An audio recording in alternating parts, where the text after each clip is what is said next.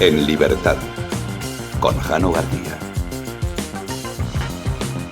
Damas y caballeros, bienvenidos a esta noche del 5 de diciembre de 2023, día en el que la educación española queda retratada tras la publicación del informe PISA, con unos resultados que lamentablemente pues no son nada positivos. En concreto, los datos recogen que los alumnos españoles caen en todas las áreas del informe PISA y logran los peores resultados de la historia en ciencias y matemáticas. El resumen es el siguiente. Los alumnos, a día de hoy, que tienen 15 años, saben menos que los de hace una década. ¿Quién lidera la tabla? ¿Cuáles son los países que lideran ese informe? Bueno, en primer lugar está Singapur, en segundo lugar está Macao, que como bien saben pertenece a China, en tercer lugar está Taiwán, en cuarto lugar Hong Kong, en quinto lugar Japón, en sexto lugar Corea del Sur, en séptimo lugar, primer país europeo, Estonia, en octavo lugar Suiza, en noveno lugar Canadá y en décimo lugar los Países Bajos. Cuando uno lee el informe, Singapur, ¿cuáles son las notas que obtiene para ver la diferencia con España? Bueno, en matemáticas obtiene 575 puntos, mientras que España 473. En ciencias 561, España 485. En lectura, Singapur obtiene 543 puntos, España 474. Pero deja más datos preocupantes ese informe PISA. En concreto, en el caso de España, la OCDE destaca que han aumentado los alumnos que no logran al menos el nivel básico de competencias en las 3 materias. Y si esto luego lo desglosamos por comunidades autónomas, también hay vencedores y vencidos. En este caso, Castilla y León alcanza los 499 puntos en matemáticas y los 498 en lectura, situándose al nivel de Canadá y Australia. Mientras que en ciencias comparte podium con Galicia, con 506 puntos, al nivel también, nuevamente, de Australia. La mejor comunidad autónoma, la mejor parada es Castilla y León. ¿Por qué decimos vencedores y vencidos? Ahora veremos. La Comunidad de Madrid, Asturias y Cantabria superan en casi 20 puntos la media de la OCDE y de la Unión Europea, tanto en lectura como en ciencias como en matemáticas. Y en el índice global, las comunidades autónomas peor paradas son Canarias, Andalucía, Castilla-La Mancha y Cataluña. Y paradójico el caso de Cataluña en relación a la comprensión lectora, que también mide este informe, que se desploma y se sitúa al nivel de Turquía y Vietnam. Y esto hace unos años no era así. Pero ¿qué es lo que ha podido pasar para que la comprensión lectora en Cataluña se sitúe al nivel de Vietnam y de Turquía? Pues bueno, no hace falta ser muy inteligente para saber la respuesta. Solo Andalucía, si no contamos Ceuta y Melilla, se sitúa por debajo de Cataluña, que como digo, hace años anteriores obtenía una puntuación muchísimo mejor. En matemáticas, esto es a nivel nacional, solo el 6% del alumnado está en los niveles más altos, frente a la media que es del 9% de la OCDE o el 23% en Japón. Pero también el informe PISA analiza los resultados en función del género de los alumnos. Esto ya son datos más anecdóticos, podemos decir, pero que también son ciertamente interesantes. Y como digo, en función del género, en términos generales, los chicos logran mejores puntuaciones en matemáticas y ciencias y las chicas, sin embargo, destacan en lectura. Y por último, otro dato también interesante. El informe PISA ha estudiado la relación del uso de los dispositivos digitales en relación con los resultados, está lo hecho con los resultados en matemáticas. Pues es curioso porque si se utiliza para ocio o aprendizaje el dispositivo durante 1 hora al día, el resultado es positivo. Pero en cuanto supera la hora de uso, empieza a repercutir negativamente en el alumnado. Pues bueno, estos son los resultados de ese informe que, desgraciadamente, pues lo que nos deja ver es que la educación en España está como está. Y sobre todo el nivel de los alumnos, cada vez más bajo. También hay que tener en cuenta que este informe recoge todos los países, por ejemplo, que están en nuestro entorno, han visto cómo ha descendido debido a la pandemia, que evidentemente ha hecho mella. Pero aún así, como también recoge el informe, esto son tendencias y en el caso de España es una tendencia que lleva durante muchos años a la baja. ¿Y a qué se debe todo esto? Pues se debe a lo que son las leyes educativas, porque hay que preguntarse qué es lo que estudian los niños españoles, qué es lo que ha cambiado en la educación española. Ahora escucharemos un corte de Pilar Alegría que deja en evidencia cuál es el problema fundamental. Y es que el problema fundamental, y cualquiera que haya mostrado un mínimo de interés por cómo funcionan otros sistemas educativos, en este caso la tabla la lidera Singapur, que no es novedad, lleva siendo el país con el mejor sistema educativo del mundo desde hace bastantes años, pues bueno, lo que uno se da cuenta es que la educación en España, lejos de educar o lejos de, al menos, empujar a los niños a ser mejores, no va en esa línea, sino que va en la línea de este rollo igualitario que nos han metido hasta la cocina, en la que la meritocracia queda completamente erradicada y que, por supuesto, también tiene mucho que ver el sistema educativo en relación a muchos profesores que realmente, pues bueno, su vocación es casi nula. De hecho, cualquiera que tenga amigos cercanos profesores o que haya estado en muchos colegios podrá comprobar cómo los jóvenes llegan con ese entusiasmo de decir, bueno, vamos a cambiar el mundo y vamos a educar a los niños para que sean los mejores. Y poco a poco en ese ambiente que se respira, cuando uno ve que sus compañeros que llevan 30 años, pues poco menos, que ya se dedican a ir ahí, a pasar el día y poco más, pues evidentemente uno se acaba contagiando. Esto ocurre no solo en ámbito educativo, sino en todos los ámbitos de la vida. En cualquier empresa, esto, con excepciones, siempre hay excepciones, lo podemos ver. Podemos comprobar cómo la gente que lleva muchos más años, pues bueno, ya no está con ese entusiasmo que sí que tienen los recién llegados. Pero es que además también hay que tener en cuenta que en lo que es la relación del sistema educativo, porque muchas veces dices, bueno, ¿te hace inteligente poseer conocimientos? Realmente no necesariamente. Uno puede tener muchos conocimientos, muchas lecturas y no por ello es inteligente, sino que simplemente ¿qué es lo que te permite al ser humano ser distinto al resto de animales? Pues el uso de la lógica. Y esto que muchas veces nosotros, yo creo que no le damos la importancia que realmente tiene, observamos como en nuestro día a día el uso de la lógica, pues bueno, es algo que hemos dejado completamente de lado. Y para aplicar la lógica, evidentemente, tienes que tener unos conocimientos. En muchas ocasiones, cuando uno se enfrenta a cualquier desafío en su vida cotidiana, da igual la índole que sea, el uso de la lógica es lo que te permite resolverlo bien o mal. Es lo que te permite discernir entre algo que está bien y algo que está mal. Pero si nosotros lo que estamos educando a nuestros niños es en el igualitarismo, en que no vamos a decir las notas en público porque no vaya a ser que Pepito, que ha suspendido todas, se sienta ofendido, y también en que vamos a valorar el esfuerzo que el niño ha hecho, independientemente si luego obtiene un resultado que es justo o no, pues claro, si erradicas de la ecuación lo que es la justicia, la meritocracia, pues te salen estos resultados. Es que es muy evidente. Es que eso es lo que te dice la lógica. La lógica que te llevaría a esto. Oiga, si usted en un sistema educativo elimina la meritocracia, ¿va a obtener buenos o malos resultados? La lógica te dice, hombre, malos. Y esto lo olvidamos.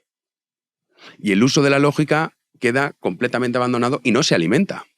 Porque, como digo, para aplicar la lógica muchas veces se necesita evidentemente unos conocimientos previos. Pongo un ejemplo. La historia. Uno, si tiene muchos conocimientos históricos, cuando trae lo que ha ocurrido en la historia al presente, dice, bueno, pues si estos hicieron esto y el final del camino fue este, si esto ha pasado 200 veces y estamos a 201, el final del camino va a ser el mismo. Porque usas la lógica.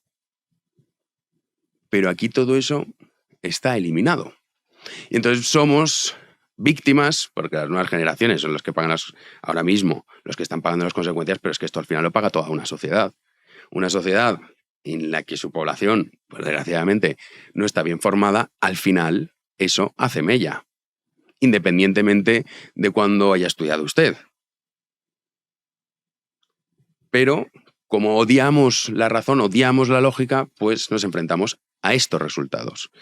Y como ejemplo, Pilar Alegría, que hacía hoy unas declaraciones sobre la primera ley del gobierno. Ya saben que esta es ministra de Educación, pero se ha dedicado a hablar del Supremo y de todo tipo de cosas, y eso sí, a sacar pecho de la primera ley del gobierno, que refleja muy bien lo que estamos hablando. El gobierno aprueba la que es su primera ley, y desde luego es una declaración de intenciones porque la primera ley que aprobamos, que aprueba este gobierno, es la ley de paridad. Saben todos ustedes que las mujeres somos la mitad de la población y, por tanto, debemos tener la mitad del poder político y la mitad del poder económico del país. Con esta ley de paridad damos un paso más y damos un paso además fundamental hacia esa igualdad efectiva y real entre hombres y mujeres. Hoy claramente además es un magnífico día para muchas mujeres que después de trabajar el doble, el triple o el cuádruple se quedaron a las puertas de donde merecían y de recibir el reconocimiento que se habían ganado, y por eso con esta ley lo que vamos a garantizar es caminar en esa dirección correcta para que esto no les suceda a las hijas y a las nietas de todas esas mujeres. Además, esta ley es una ley a favor de la igualdad de todos, es una ley de país y desde luego no se me ocurre mejor homenaje a nuestra Constitución, que mañana cumple 45 años, que aprobar este anteproyecto de la ley de paridad. Con esta ley claramente hacemos un país más justo, un país más igualitario y por tanto un país mejor. Un país más igualitario, sin duda. Mejor.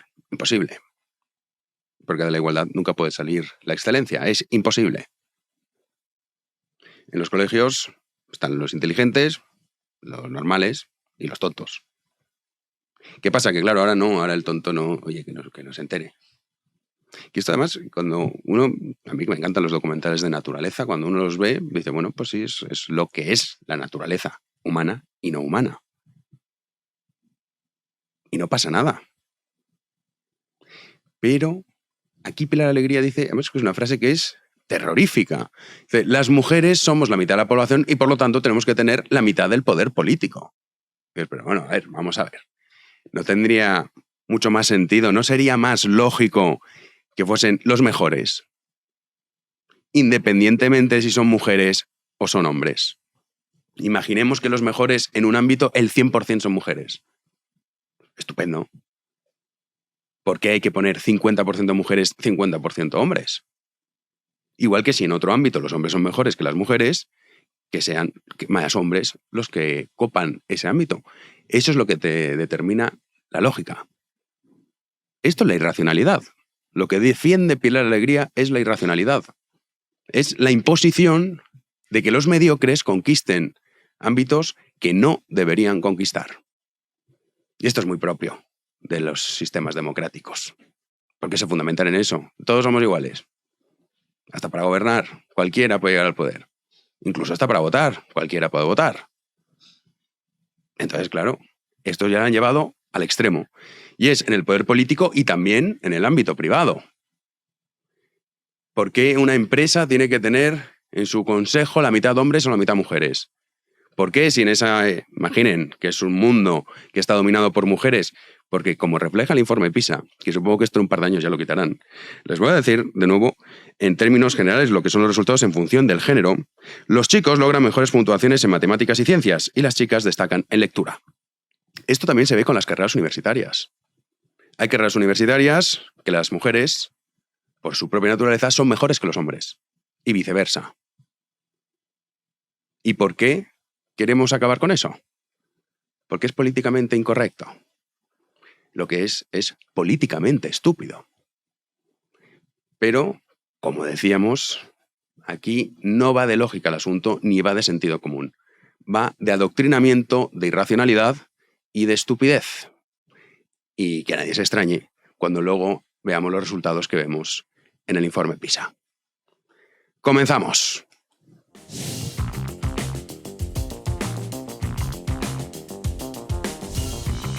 Recibimos una noche más a Javi Sanz. ¿Qué tal, Javi? Hola, Jano, ¿qué tal? Bien, pensando dónde voy a ver las campanadas este año o si me las gestiono yo solo, que también puede ser. No sé si eso se puede hacer. Sí, claro, coges los segundos y vas tomando las uvas, ¿no? Y es que no me tomo las uvas. ¿No te tomas las uvas? Me las tomé un año y fue el peor año de mi vida. Entonces decidí que conmigo iba al revés. Pero porque te costó tragarlas, imagino, ¿no? No. Sí, no, de verdad. Bueno, espera, que no he explicado el motivo de por qué. Bueno, es verdad, sí. Claro, o sea, es decir, Televisión Española ha anunciado quién va a dar las campanadas este año. El clásico Ramón García, Ramón Chugastar, no está Ana Igartiburu, que es la que le suele acompañar, y de repente han metido a Jenny Hermoso. Falta Rubiales. Yo cuando... que si hubiera estado Rubiales... Yo cuando he visto la noticia pensaba que era fake. No, es invitada, dicen, porque la que va a estar al lado de Ramón es Ana Mena, que yo no la conocía hasta hoy, es una artista pues, muy jovencita de estas. Sí. pero Jenny Hermoso. Bueno, Para representar la igualdad, además, ha dicho Televisión Española. No sé si estos van a saco. Ahora veremos también lo que ha dicho la ministra de Igualdad, pero Sí, antes vamos sí. con la Podemia. Sí, vamos con la Podemia, noticia que saltaba hace apenas unas horas, y es que la ruptura de Podemos y Sumar pues ya es oficial en el Congreso de los Diputados. Este martes la formación morada lo anunciaba, que sus 5 diputados saldrán ya del grupo parlamentario de Sumar de manera inmediata, han dicho así, y se unirán al grupo mixto después de, obviamente, como hemos informado aquí, de meses de desencuentros con la formación de Sumar, liderada por Yolanda Díaz, que además este mismo martes, y ha podido ser el culmen de esta separación, rechazaba que la líder morada, que Ione Belarra, defendiera la posición del grupo Sumar en el Congreso, en el debate parlamentario que ha habido, Jano, con respecto al conflicto que está sucediendo actualmente en Gaza. Así que nada, bueno, un secreto a voces, ya separación oficial de la izquierda, y ahora veremos cómo se empiezan a echar los trastos Sumar y Podemos y Sumar. Esto es el principio. Bueno, esto tampoco es gran noticia en el sentido de que ya se sabía que estaba completamente divididos y que ya, pues bueno, faltaba oficializarlo. El líder de la oposición, Feijóo, ha estado en COPE. Sí, en el día en el que ya se conoce que la ley de amnistía se debatirá, Jano, importante, 12 de diciembre en el Congreso de los Diputados, así que deberemos hacer algo aquí especial, porque seguro que va a haber muchos titulares. El próximo martes, aquí lo tendremos en cuenta. El líder del Partido Popular acudía esta mañana a COPE, al programa de Herrera, bueno, pues para analizar toda la actualidad política. Por un lado, la renovación del Consejo General del Poder Judicial. Feijóo, fíjense, asegura que estaría dispuesto a renovarlo, eso sí, si se cambia la ley de forma simultánea. Hagamos una apuesta por la independencia del Poder Judicial, hagamos una ley para incidir en esa independencia y renovemos el Consejo. Y esto se puede hacer de forma simultánea. Tanto lo que estamos jugando aquí es un compromiso de regeneración institucional. Modificación, renovación del Consejo General del Poder Judicial, sí. Control político y gubernamental del Consejo General del Poder Judicial, no. Ha habido diferentes análisis con respecto a estas declaraciones, Jano. Muchos hablaban de que, de una manera u otra, Feijóo está tendiendo la mano a Sánchez. Bueno, o sea, a ver, aquí hay una cosa que dice que esto se puede hacer de forma simultánea, hombre. Simultáneo no. O primero renuevas el Consejo General del Poder Judicial y luego haces la ley, o haces la ley y renuevas el Consejo General del Poder Judicial. Las dos cosas a la vez no pueden ser. Entonces, primero que se apruebe esa ley y que luego se renueve. Pero es que esto, insisto, lo hablamos el otro día cuando estaba Borja Semper, se ponían estupendo. Sí, muy bien. Que no haya control político sobre los jueces. Ahora, esta promesa que el PP ha ido incumpliendo sistemáticamente cada vez que ha gobernado, pues bueno, veremos si esto lo dicen en serio o no. Pero primero que se apruebe la ley, porque si te fías de Sánchez, que va a ser renovar el Consejo General del Poder Judicial y luego va a aprobar esa ley, en fin, hay que ser tonto. Entonces esperemos que primero esa ley se aprobase, que yo dudo mucho que Sánchez vaya a aceptarla, pero bueno. Por otro lado, Jano, también Feijóo analizaba esa figura de mediador entre los grupos independentistas y el gobierno en Suiza, bueno, pues para hablar de todo lo que está aconteciendo con respecto a la ley de amnistía. Esto decía el líder del Partido Popular. No sería posible que un ciudadano de El Salvador, especializado en guerrillas latinoamericanas, fuese al final el que dijese cómo tiene que ser la relación del gobierno central con una parte del territorio español, me refiero con Cataluña. No hay ningún país que someta a diputados del Partido Socialista y de otro partido como Esquerra a un verificador con reuniones fuera de España. La verdad que aquí no le falta razón, porque es surrealista lo que está pasando con una figura de mediador, un salvadoreño que viene aquí a decir al gobierno de España y a los independentistas cómo se deben hacer las cosas. Sí, forma parte también de la pantomima del show, ¿no? Internacionalizarlo para que todo el mundo pueda ver, lo comentábamos el otro día, de no que a ojos del mundo en España hay un conflicto gravísimo de un gobierno que está pidiendo perdón a unos tipos y que por hecho van a aprobar la amnistía porque han sido perseguidos de forma injusta, porque España no es un país libre.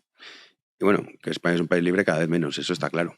Y por cierto, Jano, hablando de transparencia, que la semana pasada veíamos esas declaraciones del Consejo de Ministros, ni mu, de momento, por parte del Ejecutivo, de qué se está diciendo en esas reuniones con el mediador. Nadie ha dicho absolutamente nada, no hay ningún titular y las preguntas a los periodistas se responden con silencios. Sí, bueno, lo que dice este hombre Santos Cerdán es reuniones de trabajo. Reuniones de trabajo. Sí, bueno. De trabajo para decidir el futuro del país. Sí, o sea, que de trabajo. Tezanos. Efectivamente, Jano, el sociólogo favorito y también hombre de confianza de Pedro Sánchez, José Félix Tezanos, seguirá como presidente del Centro de Investigaciones Sociológicas, es decir, del CIS, 5 años después de acceder a un puesto rodeado de muchísima polémica desde que llegó a él. Lo anunciaba esta mañana la portavoz del Gobierno, Pilar Alegría, que decía más o menos, lo van a escuchar, que no hay dudas de esta elección, que este hombre acierta siempre. En la que me lo preguntan, sí. Efectivamente, les confirmo este nombramiento. Entenderán ustedes que se confirme aquel sociólogo que acierta en las encuestas. O sea que sí, queda el nombre confirmado. Que aciertan las encuestas, decía Jano, no sé si se refería a las elecciones, creo recordar, municipales del 28 de mayo, que daba por ganador al PSOE por más de 520.000 votos y al final ganó la derecha por 760.000 más. Una diferencia abismal. Pero es que el problema de todo esto, más allá de que obviamente el CIS siempre ha sido un arma política, es que esto ya es una desvergüenza y sobre todo el problema es que esto lo pagamos nosotros. Porque muchos dicen, bueno, oye, Michavila también se equivoca. Sí, bueno, pero Michavila se equivoca con su dinero, con los que quieren pagarle, pero no se equivoca con el dinero del resto de españoles, que es una diferencia sustancial. Es que este hombre utiliza el dinero de los ciudadanos españoles para, a través de las encuestas, que por supuesto que afectan en lo que es el imaginario colectivo, tratar de influir en un resultado electoral. Como dicen, no, es que esta también lo hace, que si Michavila, me da igual, ¿no? El que quieras, GAT3, si no GAT3, Sigma 2, lo que tú quieras, sí, pero que lo hagan con su dinero. Claro.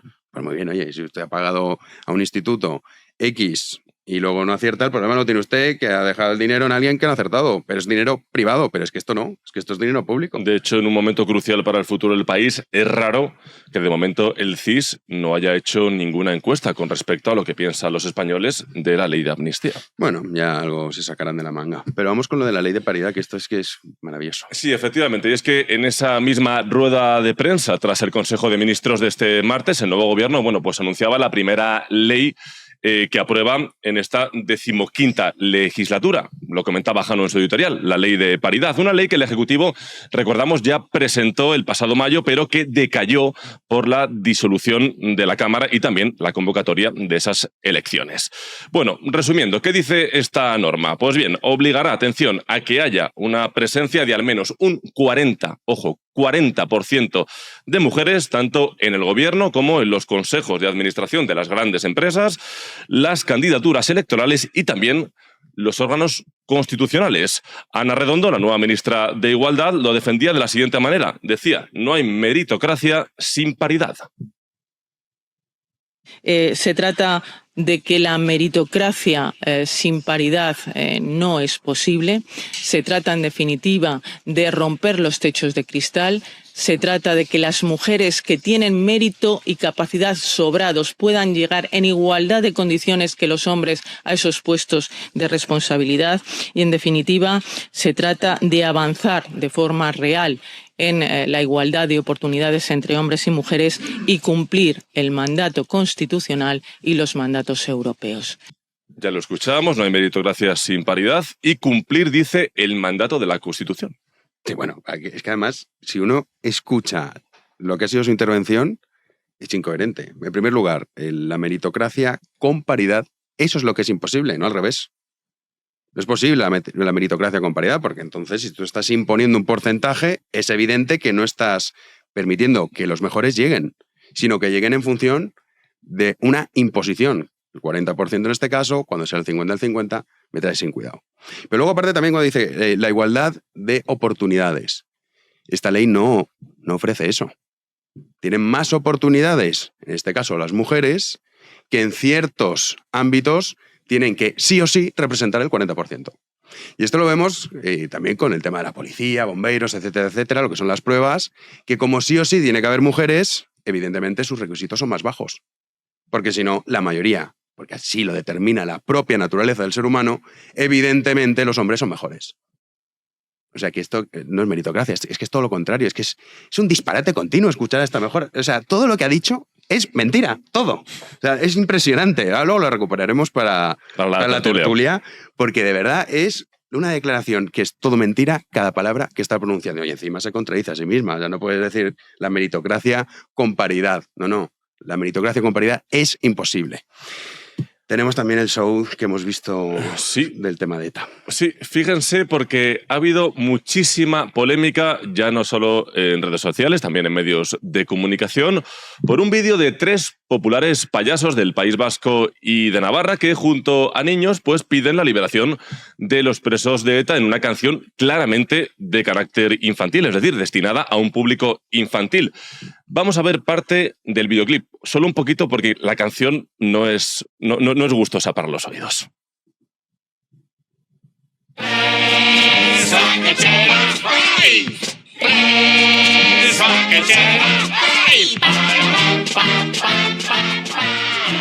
Bueno, parte del vídeo, como decía, un vídeo titulado Presos a casa sí, y donde repiten en varias ocasiones: la llave está en la calle, estamos en la calle esperando. Esta frase es en alusión a la campaña de Gilzak de la organización SARE, que busca, fíjense, movilizar a la sociedad vasca para participar en una manifestación anual que se celebra en enero del 2024 en Bilbao para la liberación de los presos de ETA. Jano, el vídeo es... Bueno, demoledor, siniestro, sí. Además con niños.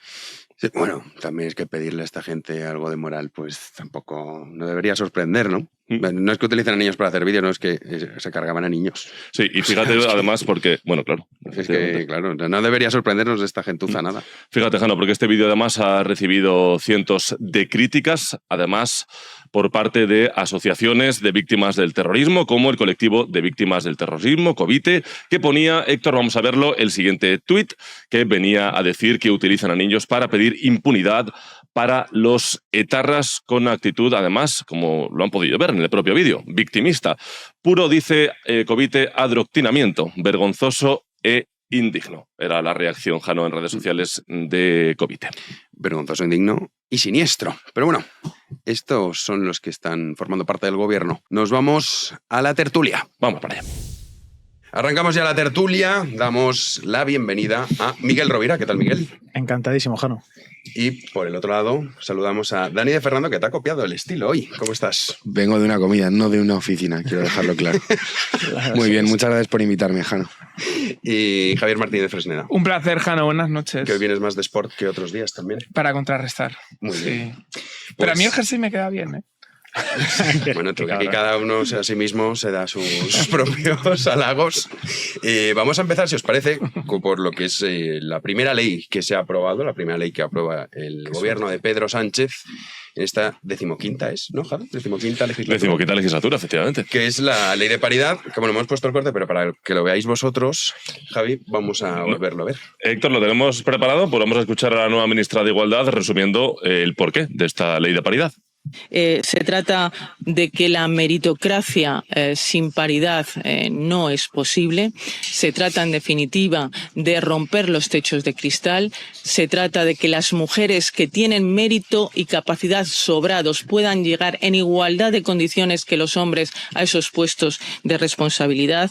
Y, en definitiva, se trata de avanzar de forma real en la igualdad de oportunidades entre hombres y mujeres y cumplir el mandato constitucional y los mandatos europeos.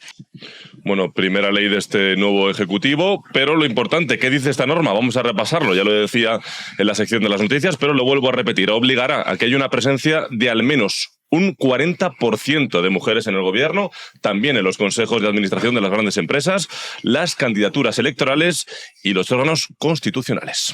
Miguel, impresiones de esta primera ley que, bueno, decían una declaración de intenciones, decía Pilar Alegría, de lo que es este nuevo gobierno, y desde luego que sí que es una declaración de intenciones. A ver, yo pensaba que este tipo de ley ya existía, ¿no? Porque muchas veces oímos aquello de las cuotas forzadas y tal, o sea que en realidad es un poco más de lo mismo. Sí que es verdad que hay un documental muy interesante sobre este tema que se llama La paradoja de la igualdad, no sé si lo conocéis. Lo guionizó fue un noruego, un sueco, y se iba pues a los países más igualitarios. Ah, coño, sí, sé cuál dices. Sí. Y lo que buscaba era entender por qué en aquellos países en donde las mujeres tenían más oportunidades de trabajo y más oportunidades laborales se decantaban por carreras o por profesiones tradicionalmente femeninas y lo mismo con los hombres, tradicionalmente masculinas. El tipo llegó a la conclusión que allí donde las mujeres son más libres y donde las sociedades permiten tener una mayor libertad individual, las personas se decantan por oficios tradicionalmente asociados a su sexo.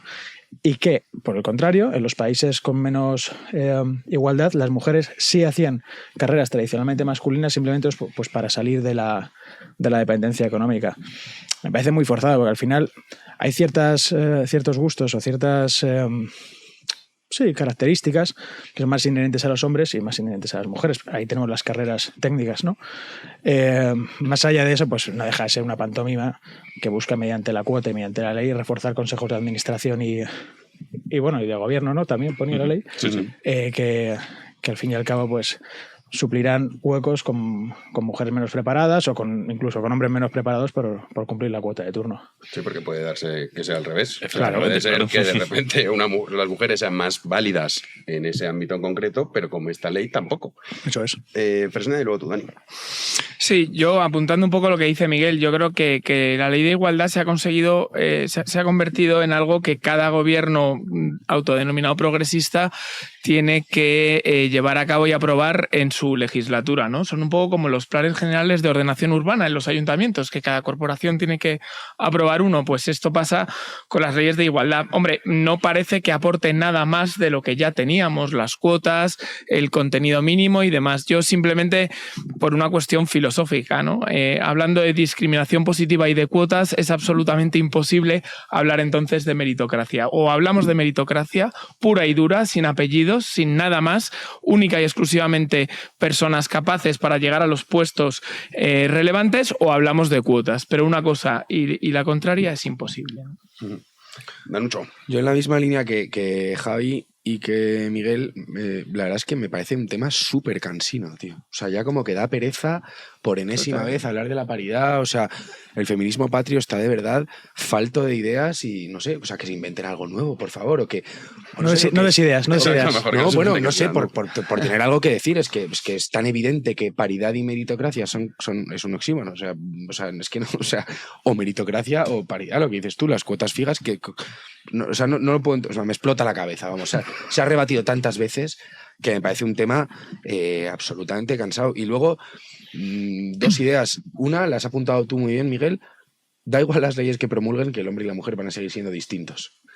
Y la ley no les va a cambiar, porque la naturaleza, las leyes pueden hacer lo que tal, pueden conceder una amnistía aquí, un tal allí, pero la naturaleza no la van a alterar.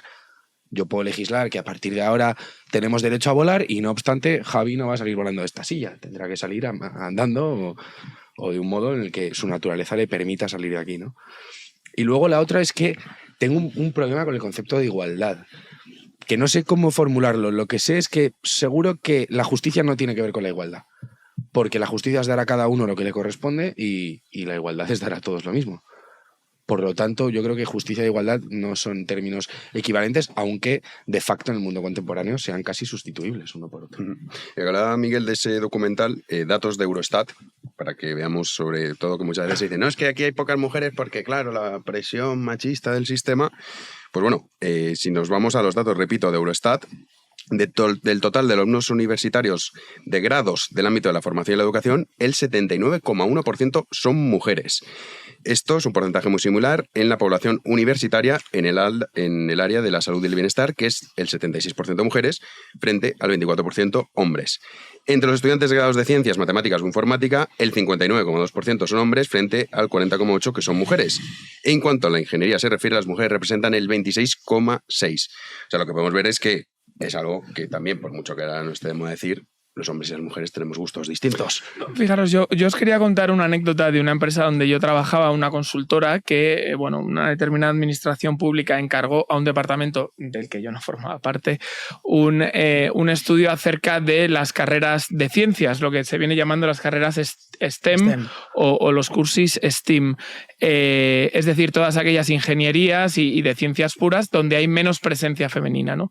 Bueno, esa determinada administración encargó a esta empresa un primer informe y vieron que no había razones objetivas en ese universo de sociología y demás para justificar que hubiese más mujeres que hombres en escogiendo las carreras STEM, ¿no?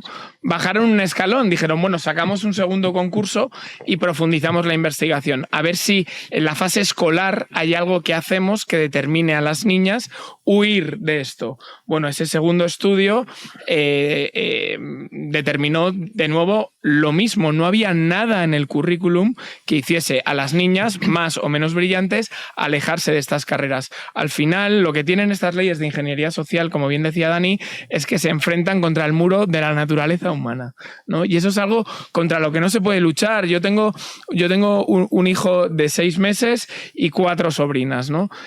Bueno, mi hijo ya empieza a jugar, empieza a reírse de determinadas cosas, ¿no? Nada tiene que ver como yo jugaba con mis sobrinas cuando tenían 6 meses a cómo juego con mi hijo, ¿no? Cuanto más bruto, con mi hijo más se ríe y mis sobrinas no. Y luego vendrán las pelotas, luego vendrán los coches, luego vendrán... En definitiva, es algo que a ellos les explota la cabeza verdaderamente, pero muy gracioso, ¿no? Porque se empeñan en luchar contra lo imposible. No, yo recuerdo, no sé exactamente qué administración propuso o incluso aprobó, porque ya no se sabe, la gratuidad o subvencionar parte de las matrículas de carreras técnicas a mujeres. Claro, sí. O sea, ellos lo que buscan es, con el BOE, contravenir los gustos de las personas. Es decir, oye, que la gente no quiere estudiar eso. O sea, que las mujeres de media, evidentemente no todas las mujeres, pero un porcentaje amplio de mujeres se decantan por carreras precisamente que tienen que ver con aquello que se ha relacionado con la feminidad, que son los cuidados, el trato con la gente, lo decía Jano, la educación, la psicología, la enfermería, todo lo que tiene que ver con esto, están copados por profesionales mayoritariamente femeninos. Pero hacen este tipo de cosas, ¿no? O sea, decían, bueno, que además, incluso puede ser, si yo fuera una mujer me parecía una falta de respeto, eso de, bueno, mira, te subvencionamos porque tú no sabes lo que quieres estudiar, nosotros te decimos que tienes que estudiar carreras técnicas, yo no te preocupes, yo haré mi tesis sobre el género y las colonias indígenas en Sudamérica, pero están en esas y van a chocar contra un muro porque, como dice Dani, están peleando con la naturaleza humana. A golpe de partida. Es que además ellos a veces oponen a estas cosas que son evidentes, oponen que un argumento que lo que dice es que en realidad somos distintos, hombres y mujeres, por una clase de imposiciones culturales a las que nos someten de pequeños nuestros padres, que deben ser unas bestias horribles para someternos a imposiciones culturales, pero que somos distintos en virtud de eso. Claro, eso, para empezar, ya está desacreditando cualquier imposición cultural. Y yo lo que respondería es que las imposiciones culturales son buenas en función de si están en consonancia con nuestra naturaleza o no. O sea, un tenedor es una imposición cultural, igual que ir con zapatos. Y a nadie en su sano juicio se le ocurriría decir que, puesto que el tenedor es una imposición cultural, él decide ir a un restaurante bueno y ponerse a comer con las manos, ¿no? Y si lo hace es un salvaje, porque efectivamente las imposiciones culturales son civilizatorias en general. Hombre, también hay imposiciones culturales negativas cuando contravienen nuestra naturaleza, ¿no? Pero eso, entonces, yo por un lado diría eso sobre las imposiciones culturales y por el otro invertiría el orden de lo que ellos dicen, ¿no? O sea, a lo mejor sí que son imposiciones culturales que a un niño le den un balón y a una niña una muñeca, ¿vale? Pero que están basadas primero en su naturaleza, como decía, y segundo, no entiendo por qué impugnarlas hoy. O sea, ¿por qué crees al ser humano hoy que eres más listo o que conoces mejor la naturaleza o lo que le corresponde a cada cual, mejor tú que toda la historia que te precede? ¿Pero por qué? Es decir, el adanismo del hombre contemporáneo es una cosa verdaderamente perjudicial, pero sucede, permea en todos los ámbitos, ¿eh? O sea, la independencia de Cataluña, lo dije aquí una vez, es un problema de adanismo, es un problema de creer que tú eres dueño de España. No, perdona. Tú eres usufructuario, tú eres heredero de un proyecto, de una empresa no en el sentido... no en el sentido económico. En el sentido objetivo. Sino de una empresa, y en tanto que heredero, tu deber, puesto que lo has legado, tu deber es legarlo, y en una condición mejor, ¿no? Entonces, eso el adanista no lo puede pensar. Él se piensa, pues el primer hombre del mundo, de ahí viene lo de adanista, ¿no? Y él se piensa dueño en consecuencia de las cosas. Pero tú que eres filósofo, sabes que lo que ellos... estudiante de filosofía, que no es lo mismo, ¿eh? Bueno. Viene a ser lo mismo, Dani, hombre, créetelo. Bueno, acabé la carrera y fenomenal. Eso es muy woke, Créetelo. Eso es muy woke. Has leído dentro y fuera de la carrera lo suficiente de filosofía como para saber que lo que buscan es de alguna manera redefinir al ser humano, y para ello tienen que hacer una tabula rasa de lo que son los hombres y las mujeres. Simone de Beauvoir decía que una mujer no es, sino que llega a ser. Es decir, decir, que es fruto de un constructo social. Lo que están haciendo con esto es seguir sus teorías. Ellos son hijos de mayo del 68, ni siquiera lo saben, porque ya se han criado en ese mundo de la izquierda cultural, ni siquiera saben muy bien por qué defienden este tipo de cosas, pero saben que tienen que hacerlo. Yo creo, perdón, que mayo del 68 está muy sobrevalorado. Yo creo que esto es previo y que de hecho tiene parte de razón. Que la mujer se construye también, claro que se construye. Pero, o sea, es y se construye, es que no es excluyente. No me refiero al movimiento de mayo del 68 como tal, sino a los autores intelectuales de mayo del 68.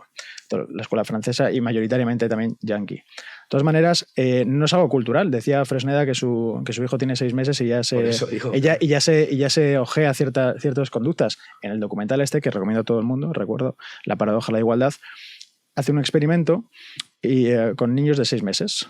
Y aquellos que han estado más expuestos a la testosterona durante el embarazo muestran un comportamiento más partidario de los juguetes con mecanismos y con engranajes. Y aquellos que han estado sometidos a menos, las mujeres mayoritariamente, muestran mayor simpatía por los bebés y por los semejantes.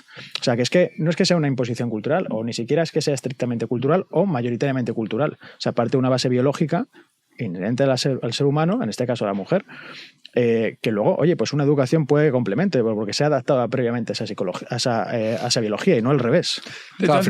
Perdón, súper rápido, un apunte. A Fresneda le invertirían el orden. Le dirían, no, tú no es que juegues más bruto con tu hijo que con tu sobrina, porque a tu hijo le guste más. Sí. Es que tú le estás imponiendo, o sea, a él le gusta más porque tú se lo impones. Sí. Ese sería, ellos invertirían. Me levanto por la mañana y le digo, hoy se lo voy a imponer un poco más. El perfil de persona que te dice esas cosas es alguien que ha estudiado psicología. O sea, es decir, que ha estudiado precisamente esas carreras. Respeto a los psicólogos. No, pero claro, no hablo ni siquiera de profesión, hablo de personas que te imponen qué carrera tienes que estudiar. Sí. Basándose precisamente en lo que tradicionalmente se supone que ellos han tenido que estudiar, ¿no? O sea, que es curioso, es una paradoja, pero que insisto, que es la naturaleza humana, que se han chocado contra un muro, tampoco hay... En cualquier caso, a mí me parece muy curioso porque el feminismo nació, vamos, si yo lo digo con total lejanía, ¿no? Como os podréis imaginar, pero en torno a reivindicaciones que de alguna manera podrían ser discutibles. Yo recuerdo, ¿no? Cuando era bastante más joven, ¿qué pasa con las guarderías? Hay escasez de guarderías. ¿Qué pasa con la conciliación? ¿Qué pasa con incluso las tasas impositivas de los artículos de higiene femenina? Bueno, eso el feminismo de hoy pasa olímpicamente. ¿Porque se ha resuelto? No. Porque ellos están luchando contra molinos, ¿no? Entonces, a mí lo que me parece alucinante es que todas estas chicas que cada 8 de marzo salen con la batucada, nos preparan sus performances y tal, en su día a día no echen de menos más ese feminismo salvador, ayudándoles a conciliar, ayudándoles en su cesta de la compra, y sin embargo estén contentísimas con este feminismo, ¿no? Que lucha contra la tiranía de los hombres en las carreras técnicas. Las huelgas, sobre todo valorándolas por lo que son y no por lo que diga una cuota. Efectivamente. O sea, valorándolas por lo que hacen. O sea, yo no me sentiría valorado si sé que entro a una empresa porque tiene que cumplir unas cuotas de paridad. Te tendrías como que es medio tonto. Entonces, claro, en plan, oye, tal, venga, tal. Por bigote, en este caso sería, imagínate. Sí, bueno, claro. Ahora puedo decir que soy mujer y ojo. Efectivamente.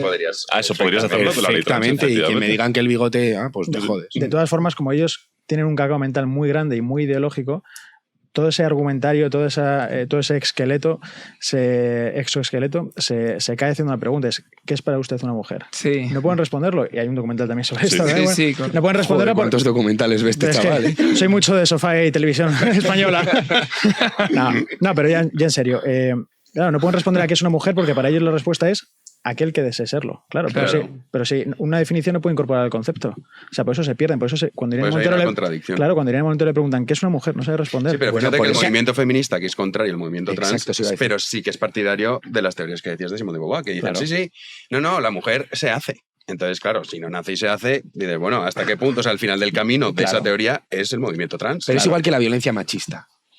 O sea, ellos conciben la violencia como una cosa, la violencia machista como una cosa de facto machista, ¿no? Propia de los hombres. Claro, pues si el hombre es un constructo, no es violencia de nada. O sea, es que es violencia de quien se autopercibe como tal. Exactamente. No, claro. Pues no tiene ningún sentido. Pero esto es curioso porque si habéis leído la exposición de motivos, el preámbulo de la Ley Integral de Violencia de Género del año 2004, parte de la base, para justificar la asimetría penal de su articulado, parte de la base de que hombres y mujeres somos distintos y que hay un sistema que tradicionalmente ha oprimido a las mujeres, que ese sistema sigue vigente y que por eso esa asimetría penal se justifica.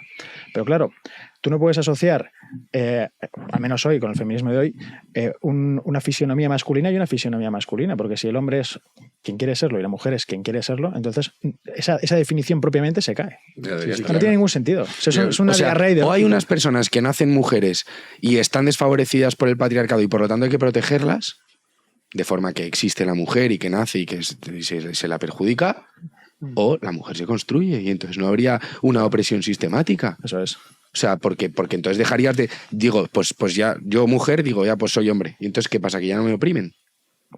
Claro, bueno, eso pasa con el maltrato, con los tribunales, cuando ahora mismo han facilitado los cambios de sexo en los procesos judiciales. Ya habéis visto que hay aguilillas que están cambiándose y tal para ver si las penas... Oye, es un debate jurídico interesante. Esto le costó el puesto a la primera ministra de Escocia, que una aguililla, como tú dices, se cambió de género, entró en el módulo que no le tocaba biológicamente y la lió petarda, claro. Y le costó el puesto. No solamente querer romper el Reino Unido, sino organizar la que organizó en las cárceles. Pero todas estas cosas que estamos diciendo aquí, y lo he comentado un poco en el editorial, el tema de la educación y demás, la sensación, que no sé si compartís, es que el uso de la lógica, porque todo esto es simplemente aplicar la lógica. Nada. Si aplicas la lógica, dices, no puedes llegar a esta conclusión, es imposible. Pero o sea, es que esta es la prueba, Jano, de que todos los que se ponen estupendos ahí con sus datos y sus movidas y sus documentales, nada, esto es una verdad, pero con sus datos y sus movidas, no, los documentales son muy valiosos. Yo he visto uno de los que has dicho. La realidad, hombre, hace mucho bien, sí, pero la realidad es que el dato no mata el relato. Claro que no. Es que no lo mata. O sea, tú puedes, y tú puedes recordarles y recordar. Por eso he dicho que la paridad es un tema tan cansino. O sea, ¿cuántas refutaciones podéis pensar de la paridad? Es que nos podríamos tirar todo el programa y el de mañana también. Diciendo, es que esto es una tontería, porque poniendo ejemplos prácticos, tal. Bueno. Pero es que da igual, si es que no es un tema de datos, ni de lógica, ni de discurrir, ni de premisa 1, o sea, de silogismos, premisa 1, premisa 2 y conclusión, no es un tema de eso. Es un tema absolutamente de relato, de construir una cosa que da igual que si no está en consonancia con la realidad, pues peor para la realidad. Dice Jano, ¿cómo es posible que esto que es pleno sentido común sea tan discutido? Claro, es que vimos unos días en los que decir que un hombre tiene pene y una mujer vagina puede tener encaje en artículo 510 del Código Penal y te pueden, de verdad, o sea, puedes meterte en un lío por delito de odio. Pues utiliza el condicional cuando lo digas. No, yo soy de rejas. Muy bien. Muy valante. Ahí dejan ver documentales. Claro, ahí dejan ver documentales y manta. Voy a parar ya, que estoy muy pesado, pero me ha hecho mucha gracia que cites 3 documentales. No, tío, en la época de las series hay que citar documentales. Y además, si pueden ser de viejos, mejor. No servían al mundo moderno. Exacto. En cualquier caso, yo creo que el tránsito es entre el verbo ser, las cosas antes eran, a el verbo sentir. Yo me siento... ¿Os dais cuenta? Yo hay veces que me vuelvo loco, ¿no? En algunos chats o en algunas reuniones, si alguien se ha sentido ofendido... No, perdona. Si alguien se ha ofendido, ¿no? Pero claro, si tú dices que el cielo es azul y yo me siento ofendido, pues el problema lo tengo yo, nadie tiene que pedir disculpas, ¿no? Entonces, el problema es que el debate hoy en día es una cuestión de sentimientos. ¿Y qué convierte esta situación al debate? En absolutamente inútil, porque los sentimientos no pactan, ¿no? Claro. Es decir... son etéreos. Claro, a mí me gustas tú, pues tú a mí no me gustas, ¿y qué hacemos con esto? ¿No? Es decir, no, yo me siento astur-leonés y yo me siento solo leonés. ¿Y qué hacemos con esto? Entonces, por ahora legislar, parece. Por ahora legislar. Claro, pero la naturaleza humana, la civilización se ha construido sobre hechos. Claro. ¿No? Entonces, esa es la gran podredumbre del mundo actual, ¿no? Mira, si alguien leyera el Teteto de Platón, lo condenarían sin duda por delito de odio. Porque y no me voy a poner pedante ni pesado, pero... Pues empiezas con apuntando. No, pero es para que... Me estás adelantando con los documentales. Esto es más viejo que... No, pero es que esto es más viejo que Matusalén. O sea, en el Teteto, Sócrates pregunta a Teteto, que es un alumno excelente y tal, le pregunta ¿qué es el conocimiento? Y la primera respuesta que esboza Teteto es: el conocimiento es percepción.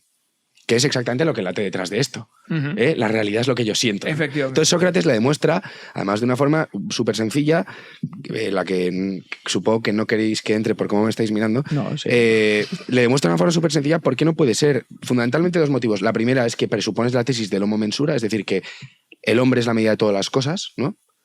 Y la segunda es que bailada con la primera, es que el mundo sería todo devenir, puro devenir. No habría conocimiento estable, porque si el conocimiento es percepción, claro, nuestra percepción, nuestro sentimiento va cambiando. Claro. O sea, no te sientes igual ahora que dentro de media hora, o puedes no sentirte igual ahora que dentro de media hora. Entonces no habría... 10 minutos. No, o sea, claro, en el caso de Javi, incluso segundos. Claro.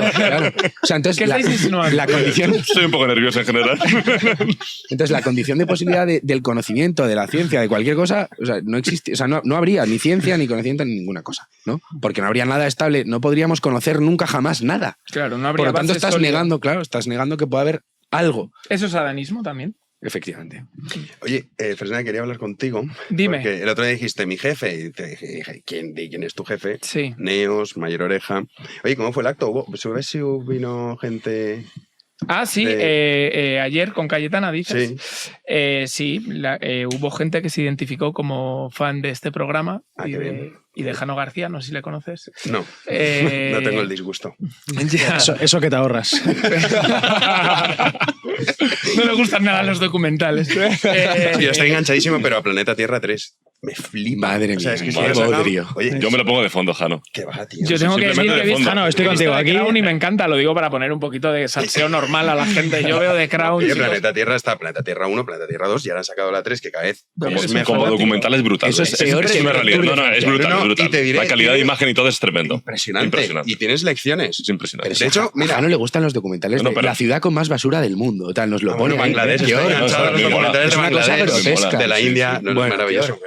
No, pero es que ese documental, lo que haces de naturaleza, te ayuda mucho también a entender lo que es, cómo funciona la vida. O sea, la naturaleza ya no humana, sino también animal. Y el otro día había uno, el pez arquero. Y te juro que no estoy borracho ni nada.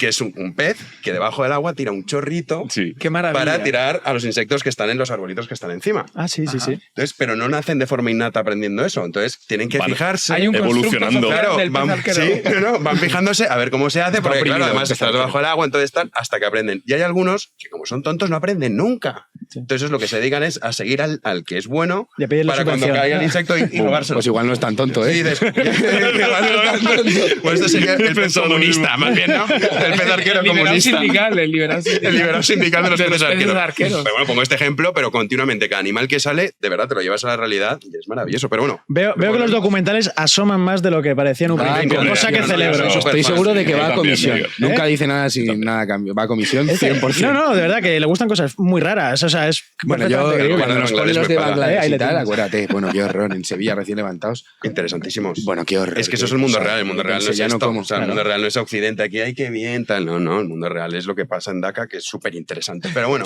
vamos a ir. Que Fresneda, Mayor Oreja, se ha hecho Trending Topic. Hemos puesto el vídeo antes de ese anuncio que hacían porque volviesen, ¿no?, los presos de ETA. Sí. Pero ahora hay que escuchar porque se ha hecho Trending Topic, odio esa expresión, Mayor Oreja. Mayor Oreja, que es el presidente de Neos, ¿no? Sí, presidente exacto, de Neos. Correcto. Es decir, tu jefe. Bueno, pues que sepas que tu jefe se ha vuelto Trending Topic hoy por, entre otras cosas, asegurar que España está en caída libre por un plan suicida cuyo capitán es ETA. Yo siempre digo, España hoy está en caída libre, sin paliativos. No está en el borde del precipicio. No, ha decidido ya lanzarse por el vacío. Pero la culpa no es la Constitución del 78.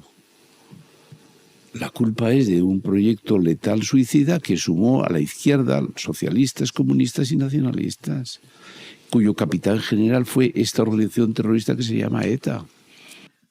Como dato, esta conferencia ha sido en un colegio concertado a niños de 14, 17 años. Sí, que ha habido polémica por eso. Que también ha habido polémica por eso, hablando de niños justamente por el vídeo también de los payasos y demás. Sí, hablando de la educación y demás. Dato. Ese ha sido bueno, muy para comentado. responder tu dato, porque sé por dónde vas, es un colegio concertado, Sí, es decir, donde rige la libertad de enseñanza, con lo cual... No empieces a pensar ya que yo todos tengo, aquí. que yo tengo Qué malo es conocerse. Mientras rija en este país la libertad de enseñanza, que aventuro que va a verse comprometida próximamente, los colegios concertados tienen bastante autonomía ideológica, ¿no? Hasta que la ministra de Infancia deje las huelgas de juguetes y empiece a hacer lo que se supone que pretende hacer, ¿no?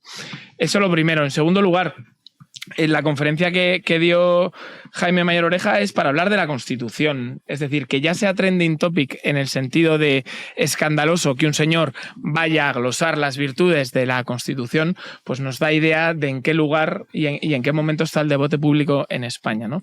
En tercer lugar, Jaime dice que España está en caída libre. Yo no sé qué hay de escandaloso en esto, ¿no?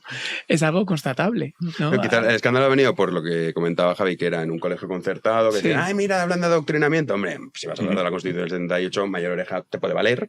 Y luego lo que también ha sido muy polémico ha sido lo de ETA, ¿no? Que ETA es el capitán general. Que luego ha tratado temas como el aborto, ley trans, la eutanasia, es decir, bastantes temas más complejos que la pura Constitución. Sí, vamos a ver, el tema de ETA, o sea, el diagnóstico que hace Jaime Mayor Oreja de la situación actual lo lleva haciendo desde hace prácticamente 20 años. Hace 20 años se reía de él todo el mundo, hace 10 años la mitad del mundo, hace 5 años solo un tercio del mundo y ahora todo el mundo le da la razón, ¿no? Lo que vino a denunciar Jaime es que ETA era más que una banda de asesinos que pegaban un tiro en la nuca. Era un proyecto contracultural que tenía como objetivo subvertir el régimen del 78. Son los primeros que dicen, oye, este régimen no me vale, podemos cambiarlo. Suman al nacionalismo catalán, suman después a la extrema izquierda, que estaba ahí confundida, tal. Después de Julio Anguita, dice la extrema izquierda, me meto ahí, y han terminado por poner también al PSOE.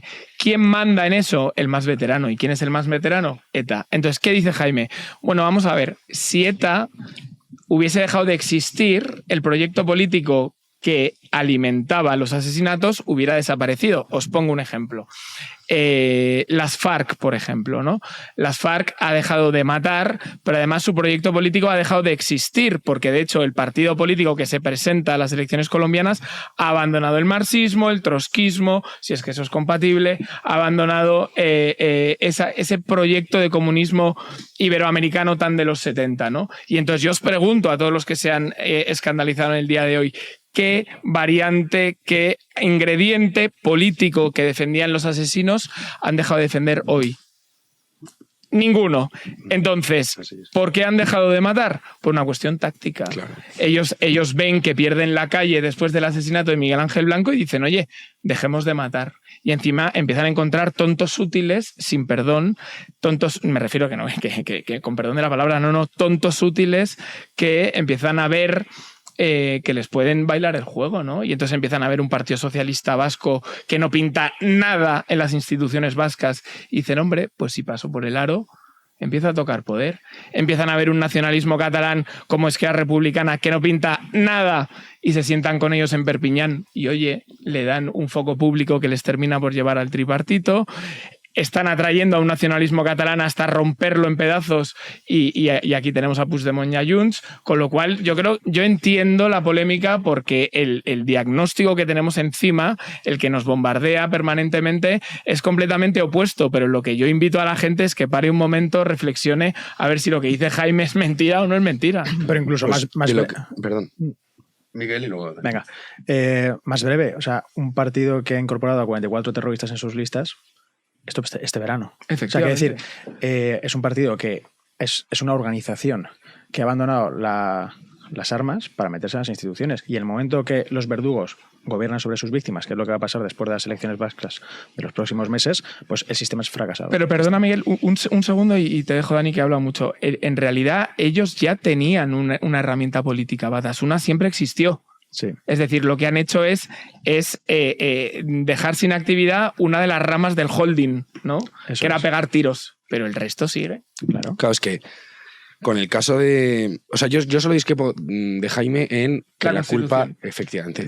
Porque todo este escenario que has retratado está perfecto retratado, pero os recuerdo que ha sido... O sea, que se ha dado bajo el marco constitucional. Uh-huh.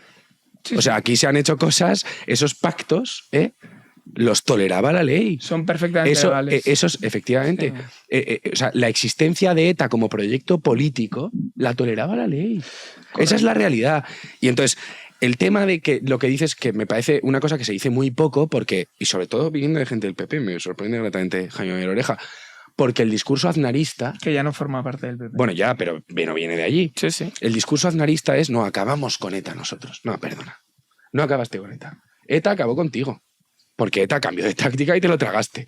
Y entonces, esto es como Mandela. Nelson Mandela no dejó... O sea, recordamos, Nelson Mandela atentó con bomba en la estación de trenes de Johannesburgo. Nelson Mandela, claro. Nelson Mandela, o sea, Desmond Tutu, que era el obispo, no estaba en la cárcel y estaba en contra del apartheid. Mandela estaba en la cárcel por el atentado con bomba. Entonces, Nelson Mandela deja de utilizar la violencia porque ve que no es una estrategia que a él le vaya a reportar los beneficios políticos que él busca. Y lo mismo sucede, aventuro yo, con Gandhi. No es que Gandhi fuese un pacifista, es que ¿qué iba a hacer? ¿Enfrentarse con piedras y palos al imperio colonial británico? Hombre, no, Gandhi dijo, esto es absurdo. El ejemplo más gráfico de lo que dice Dani, que es verdad, es que en la alcaldía de San Sebastián en el año 95, es decir, hace 28 años, iba para Gregorio Ordóñez. Correcto, hasta que lo matan. En San Sebastián, hasta que lo matan. Y hoy, en San Sebastián, el PP no levanta un voto. Mayor ejemplo de la derrota del Partido Popular y de la gente normal que ese no hay. Bueno, y del Partido Socialista tampoco nos olvidemos, es decir, ellos le está yendo bien al PSOE porque toca poder, pero recordemos que la margen izquierda de Vizcaya era netamente socialista y cada vez lo es menos, ¿no? Es decir, cada vez más su vivero social opta por Bildu en vez de por el Partido Socialista, con lo cual a nadie de los supuestos constitucionalistas les ha venido bien, ¿no? Yo respecto a lo de la Constitución, estando totalmente de acuerdo con lo que dices, Dani, yo le veo un matiz, y es que la Constitución estaba pensada por un mal jurista, ¿no? Dicen que los abogados, cuando redactan los contratos, siempre se tienen que poner en lo peor. Porque, claro, cuando tú y yo fundamos una sociedad, si nos llevamos bien, nunca vamos a mirar el contrato, ¿no? Miramos el contrato cuando empezamos a llevarnos mal, ¿no? ¿Cuál es el problema de la Constitución? Que todo el mundo previó que los jugadores del marco político iban a actuar de buena fe. Ese es el gran virus de la Constitución que nos ha traído hasta aquí, porque pronto se vio en ese proceso que inició ETA que cada vez más jugadores se levantaron de la mesa y se fueron. Es que recordemos, no solamente el Partido Socialista, que es lo más inmediato, quizá algún joven no se acuerde, pero googleen y pongan Santiago Carrillo bandera bicolor. Es que el Partido Comunista en España adoptó y aceptó la bandera constitucional española. Pues que la alternativa, ¿cuál era? No, pero me refiero que ellos... El Partido Comunista le dieron la vida, si solo tenía que aceptar la bicolor. Sí, Dani, pero que lo hicieron. Lo hicieron. Bueno, ya claro, pero es que antes no tenían actividad política alguna. Bueno, o sea, es que la concesión no es del régimen a los comunistas. Sí. La concesión no es, la concesión es del régimen a los comunistas, no de los comunistas al régimen, que ellos partían de cero. Pero pasan por el aro, por eso a Carrillo lo consideran un traidor. Claro, eso es a lo que se refiere Fresneda. Claro, vamos a ver, la Constitución no estaba pensada, no es que la intención, tal. Bueno, no sé. Vamos a darle el beneficio de buena ¿Vas a celebrar algo mañana, Dani?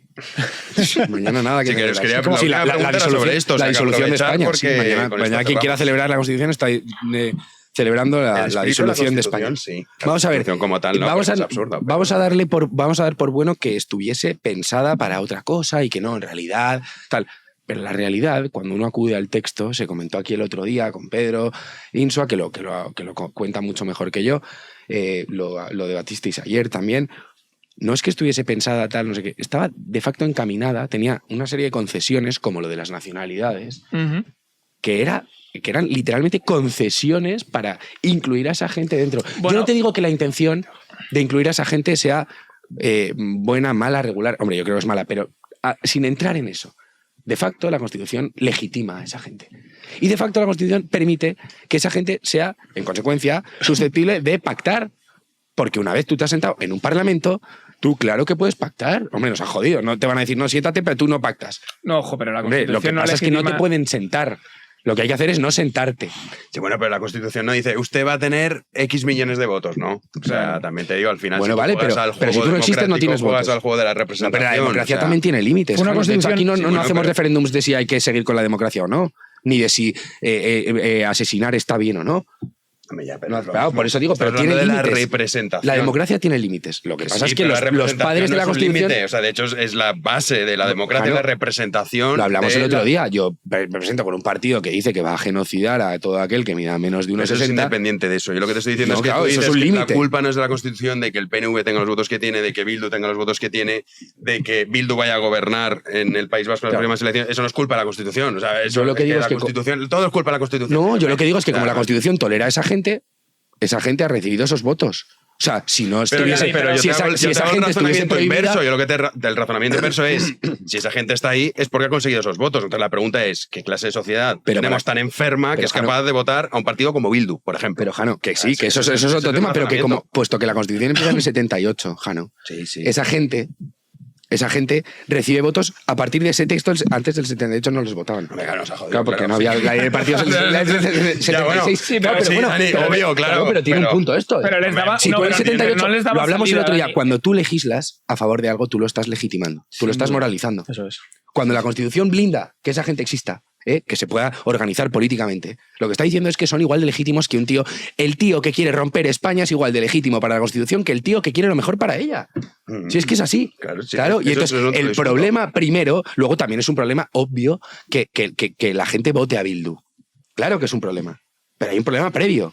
Entonces, Dani, pero vamos a ver. estáis empeñados los constitucionalistas en... Yo no soy constitucionalista. A mí bueno, me metas pues en el saco de a los que la Constitución nos parece que hay... Vamos, yo en no tengo absoluto. ningún problema con el adjetivo. Pero ni con esta Constitución ni ninguna. Poner Yo soy tronos, legalista, a mí las constituciones me dan igual. Poner son papeles tronos y a las punto. causas y cadalsos a las consecuencias. No, Pero eso o sea, así. yo Entonces, lo que creo... Miguel, un comentario rápido y nos vamos. Rapidito y nos vamos.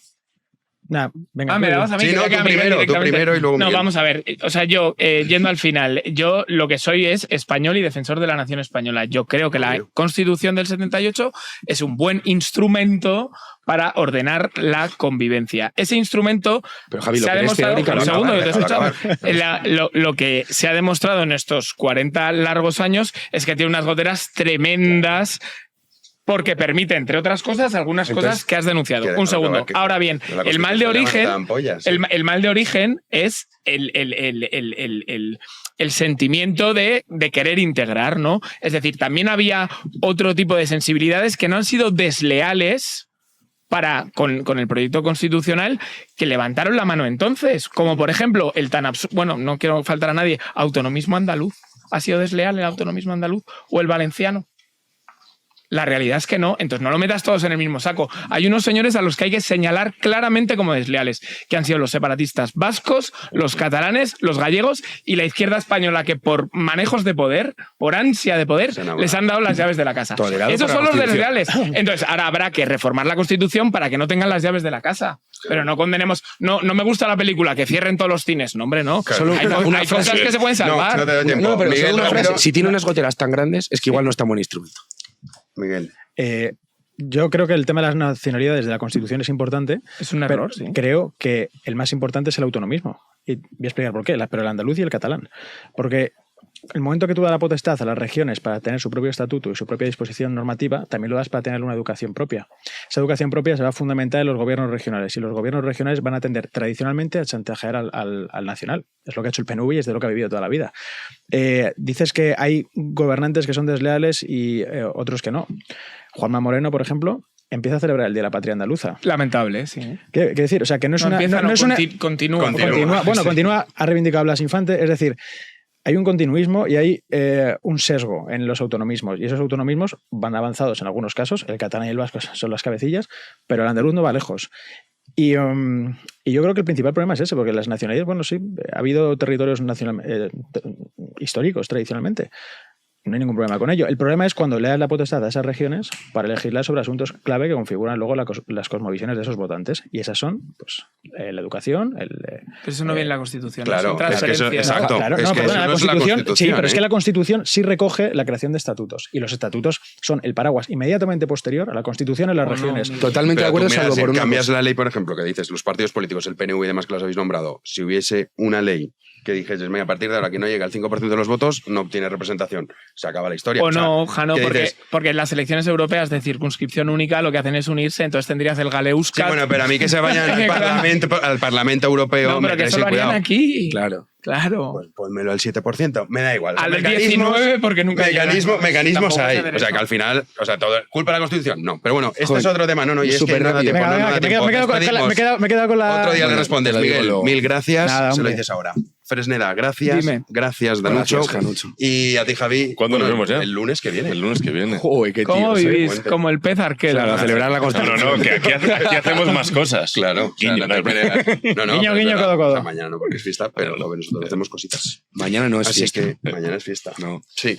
Y Día lo no que hay que reivindicar laborable. es el espíritu de la Constitución, no tanto la Constitución, que sí, desde luego tiene sombras, pero también luces, que pocas se dicen. Así que nada, les emplazamos ya para el lunes, 9 de la noche. Como siempre, muchísimas gracias por estar ahí.